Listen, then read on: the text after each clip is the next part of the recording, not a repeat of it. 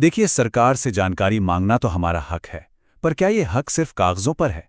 आखिर कौन है जो इस बात को पक्का करता है कि हमें जवाब मिले?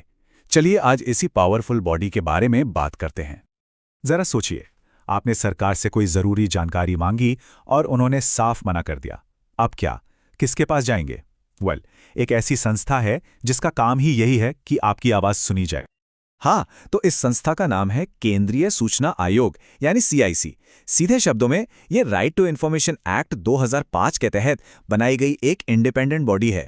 इसका मतलब ये है कि जब RTI से जुड़ी अपील या शिकायतों की बात आती है ना, तो ये फाइनल अथॉरिटी है, इसके ऊपर कोई नहीं। तो आप CIC को एक वॉचडॉग समझ सकते हैं, एक पहरेदार। इसका काम ये देखना है कि सेंट्रल गवर्नमेंट और यूनियन टेरिटरीज के सारे डिपार्टमेंट्स RTI कानून को ठीक से फॉलो कर रहे हैं या नहीं। ये शिकायतें सुनता है, अपीलों पर फैसला देता है और सबको लाइन पर रखता है। अच्छा, तो सवाल ये है कि इस इतने इंपॉर्टेंट कमीशन में होता कौन कौन है? आइए देखते हैं इसका स्ट्रक्चर कैसा है। देखिए, इसमें एक होते हैं चीफ इंफॉर्मेशन कमिश्नर और उनकी हेल्प के लिए हो सकते हैं not more than 10 information commissioners. मतलब एक चीफ और ज्यादा से ज्यादा 10 और लोग। सिंपल। और इन सभी मेंबर्स को अपॉइंट कौन करता है? सीधे प्रेसिडेंट ऑफ इंडिया। इससे ही आप अंदाजा लगा सकते हैं कि यह कितनी हाई लेवल पोजीशन है। लेकिन प्रेसिडेंट अकेले ये फैसला नहीं लेते। उनके पास रिकमेंडेशंस एक हाई पावर्ड कमिटी से आती हैं। और इस कमिटी में कौन कौन है? सुनिए, इसके चेयरपर्सन होते हैं प्राइम मिनिस्टर, फिर आते हैं लोकसभा में लीडर ऑफ अपोजिशन, और तीसरे मेंबर होते हैं एक यूनियन कैबिनेट मिनिस्टर जिनको PM नॉमिनेट करते हैं। सोच के देखिए, PM, अपोजिशन लीडर और एक कैबिनेट मिनिस्टर। ये इसलिए है ताकि प्रोसेस बिल्कुल आज़ाद और बैलेंस्ड रहे। तो इतनी इंपॉर्टेंट पोस्ट्स हैं, इनके लिए क्वालिफाई कौन करता है? आखिर क्या क्वालिफिकेशंस होनी चाहिए? चलिए इसको भी समझते हैं। देखिए, सबसे पहले तो ये लोग पब्लिक लाइफ में बड़े और जाने माने नाम होने चाहिए, और इनके पास एक्सपीरियंस भी गजब का होना चाहिए, जैसे law, science and technology, social service, management, journalism या एडमिनिस्ट्रेशन जैसे फील्ड्स में। बेसिकली अपने फील्ड के मास्टर्स होते हैं ये लोग। पर रुकिए, सिर्फ क्वालिफिकेशंस ही नहीं, डिस्क्वालिफिकेशंस भी जरूरी हैं। मतलब कौन इन पोस्ट पर नहीं आ सकता? ये लोग ना तो MP हो सकते हैं, ना MLA, कोई और ऑफिस ऑफ प्रॉफिट यानी सरकारी सैलरी वाली जॉब नहीं कर सकते, किसी पॉलिटिकल पार्टी से जुड़े नहीं हो सकते, और तो और अपना कोई बिजनेस या प्रोफेशन भी नहीं चला सकते। और इन सब रूल्स का एक ही मकसद है, इम्पार्शियलिटी, ताकि ये बिना किसी दबाव के आज़ादी से काम कर सकें।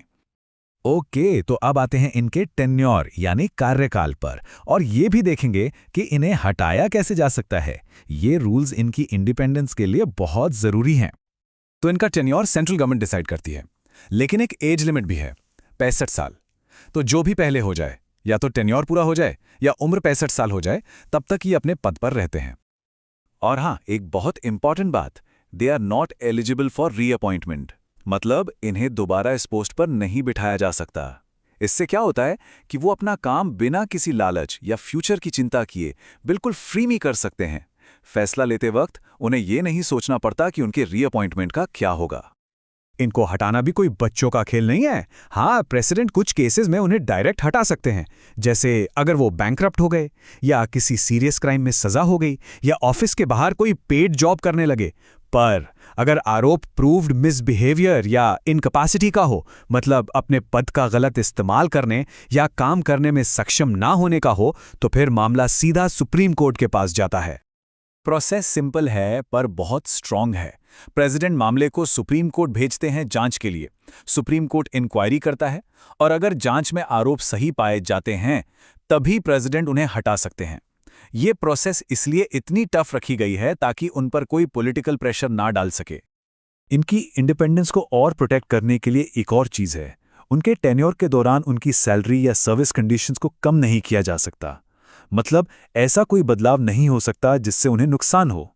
ये एक तरह की फाइनेंशियल सिक्योरिटी है। तो अब तक हमने स्ट्रक्चर और इंडिपेंडेंस की बात की, पर अब आते हैं सबसे जरूरी हिस्से पर। इस कमीशन की पावर्स क्या हैं? वो कौन सी चीजें हैं जो RTI एक्ट को असल दांत यानी टीथ देती हैं? ये सुनने में आम लग सकता है, पर यह बहुत पावरफुल स्टेटमेंट है। जब सीआईसी कोई मामला सुन रहा होता है तो उसके पास एक सिविल कोर्ट जितनी पावर्स होती हैं। मतलब ये कि वो लीगल ऑर्डर्स जारी कर सकता है जिन्हें मानना जरूरी होता है, बिल्कुल एक जज की तरह।